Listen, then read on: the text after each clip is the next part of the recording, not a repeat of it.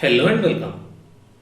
In this video, we will learn about buying and selling shares. Okay. Now you might have heard these terms, going long and going short. But basically what they mean is buy and sell. Going long means buying, going short means selling. Okay. So we will learn the features of buying and selling a share. Alright. Now let me start with buying a share. Okay, which is going long. When do you buy a share? You buy a share when you expect the price of the share to go up. Correct? Let us take an example. Let us say that the stock of Tata Motors is being traded at rupees 400 each. Okay. Let us say that if you want to buy one share of Tata Motors, you have to pay rupees 400. Okay. That is the market price. And let us say that it is on July 1st. So on July 1st, the price of one share of Tata Motors is rupees 400. Okay. You do not have any shares. Alright. You do not have any shares right now. What you do on July 1st is you buy one share. Okay. You buy one share. So you have bought a share of Tata Motors on July 1st. Now, time has passed and on August 1st, the price of the Tata Motors has gone up and it is being traded at rupees 430. That means if you want to buy one share or one stock of Tata Motors on August 1st, you need to pay 430 rupees. Okay. So you had bought one stock or one share at 400 rupees. Currently on August 1st, the price is 430. So what do? You sell the share or the stock that you had bought on July 1st. So you sell it. So what is your profit? 430 rupees minus 400 rupees, which is 30 rupees, is your profit. Okay. Of course, there are charges that you need to pay to the brokerage firm, but let us neglect it right now. So 430 minus 400 rupees is your profit. Okay. So you have gone long. You bought a share expecting the price to go up and it went up. And when it went up, you sold the share to make some profit. Correct? Yes. Now what if on August 1st, the price was 380? What if things did not go according to your plan? You expected the price to go up, but it did not go up. But by the time it reached August 1st, it was being traded at 380 rupees. Now you can sell it. Okay. You can sell the share at 380 rupees and have 400 minus 380, 20 rupees loss. Okay. Now you can do multiple things. You can hold on to this share. Okay. So the price of the stock keeps on fluctuating. It goes up, comes down, goes up, comes down. Alright. You can keep this expecting the price to go up. But if you believe that there is something wrong with the company and the price is still going to go down, then you can sell the share that you had bought on July 1st. And when you do that, you are going to incur a loss of 20 rupees. Okay, 400 minus 380, 20 rupees is the loss. Alright. Now, let us calculate the possible loss and profit of buying a share, okay, of going long. So Tata Motors was being traded at 400 rupees on July 1st. So you bought it at 400 rupees and on August 1st, let us say that the price reached rupees 0. Okay. Now this is not possible. Alright. This is just a hypothetical situation. This is not possible. Let us say that for some reason on August 1st, the price of a share of Tata Motors reached rupees 0. Okay. So what is the maximum loss that you incur? It is rupees 400.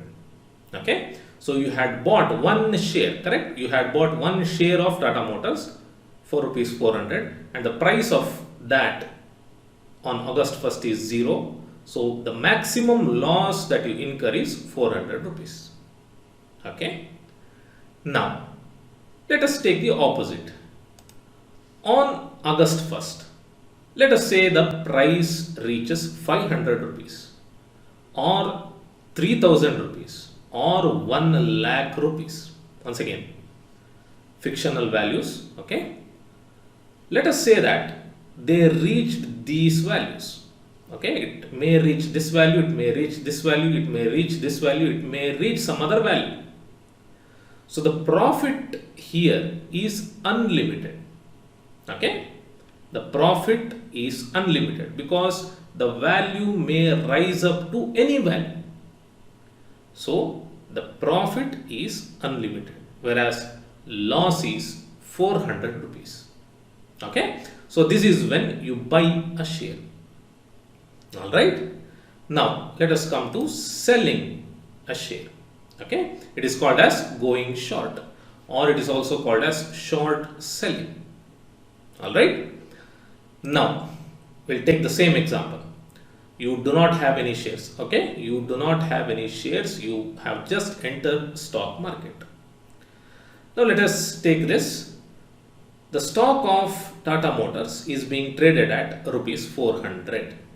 Alright, on July 1st. Now you decide to sell the share. Okay, you do not have any shares, but on July 1st at this price you decide to sell a share. Now the question comes, how do you sell a share which you do not own at all?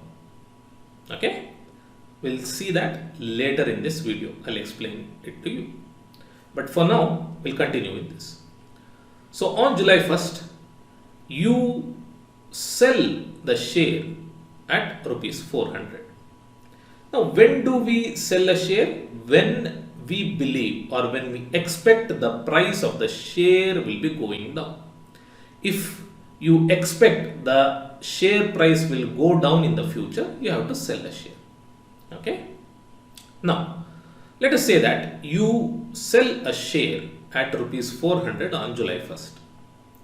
On August 1st, according to your plan, the price of the share has gone down and it is being traded at 380 rupees.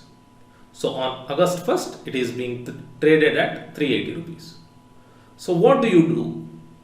You buy the share. Okay? You sold it at 400 and you bought it at 380. 400 minus 380 is your profit, rupees 20. So you made 20 rupees profit by buying at higher price and selling it at lower price. Okay. Now this is the situation. What if on August 1st, things did not go according to your plan? What if the price of the stock increased to rupees 420? Then you sell it at 420. Okay, you can do two things. You can hold this share. Okay, you can hold this share believing that it will come down. Okay, it will come down in its price. But if you believe that the price of the stock is going to go up in the future, then you can sell it at 420, and 420 minus 420 is your loss. So you you sold it at 400 and you bought it at 420, incurring a loss of 420 rupees. Okay. So this is what is called as short selling or selling a share. You sell a share which you do not have, and in the future you buy it back. Okay. How? We'll see later. Now, let us see the maximum loss and profit possible by selling the share. Okay. So Tata Motors is being traded at rupees 400.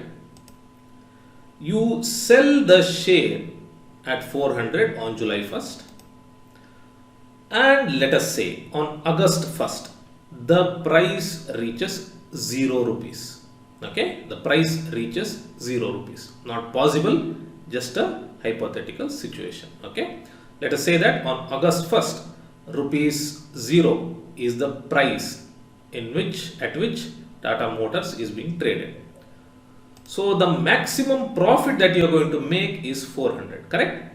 You sold at 400 on July 1st, and on August 1st you are buying it back at 0 rupees. You are getting it for free, correct? You are getting it for free. So 400 minus 0 is 400, and that is your maximum profit. All right. Now another situation. If the things not go according to our plan. So let us say that on August 1st, the price reaches 600 rupees or 5,000 rupees or 1 lakh rupees or any value. Okay. So you bought it on July 1st for 400, but the price went up. So what is your loss now? It is unlimited, correct? It is unlimited. Because the price may reach any value, we do not know. It can go more than this. It can be 5,000, 6,000, 7,000, 450, 700 or any value. We do not know. So the maximum loss here is unlimited. Okay. So maximum profit 400, maximum loss unlimited. Whereas in buying a share, maximum profit is unlimited, maximum loss is 400 rupees. Okay. So these are the features of buying or selling a share. All right. Now there are things associated with this. There are some advantages of going short, which we'll see in some other video, which is not required right now. Now we'll see how do you sell a share which you do not own. Okay. Now this is you. You do not have any shares right now. You are new to the market. You do not have anything in your account. You decide to sell a share of Tata Motors. All right. So what do? You place an order with the broker. So what this broker does is, he gives you a share to sell. Okay, he lends you a share to sell. So you want to sell a share, correct? But you do not have it. So broker lends you a share to sell. Now this broker, where does he lend it from?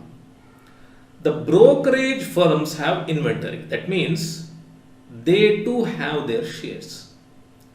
Okay, they too have their shares. So if the brokerage company, let us take the example of Zerodha itself. If Zerodha has a share of Tata Motors, then they will give it to you to sell it. Okay. Or if they do not have it in their inventory, they may take it from other brokers. Okay. Other brokers may be having Tata Motors shares. So this broker, your broker, will borrow it from other brokers and lend it to you. If other brokers too do not have it, then the broker will take it from other customers and lend it to you. Other customers. What do you mean by other customers? So you are a customer of this broker, correct? Let us take Zerodha itself. Zerodha has other customers too. Millions of them, correct? And some of them may be having, or they will be having, shares of Tata Motors. So Zerodha broker will take their share and lend it to you without informing them. Okay, they will not be informed about that. They will not know about it too. Okay, so this broker will take from other customers and give it to you to sell it. So you sell it, and once you make profit, you buy it, or you make loss too. All right. So when you buy it back, you give it to the broker, and the broker gives it back to the person from whom he had taken. Okay. So this is how you sell a share which you do not own. All right. Yes. So this is about going long and going short, or buying or selling shares. Generally, the price of the stock moves up slowly and the price of the stock goes down quickly. Okay, that is why people tend to sell shares and make quick profit rather than buying a share and waiting for it to go up in its value. All right. Now, for you to sell a share, you need to have something called as a margin account. So only if you have a margin account, you can sell stocks or shares, and it is not possible in the regular account. Do not worry about this too much for now. All right. Yeah. So that's it for this video. I'll see you in the next video. Till then, take care and thank you for watching.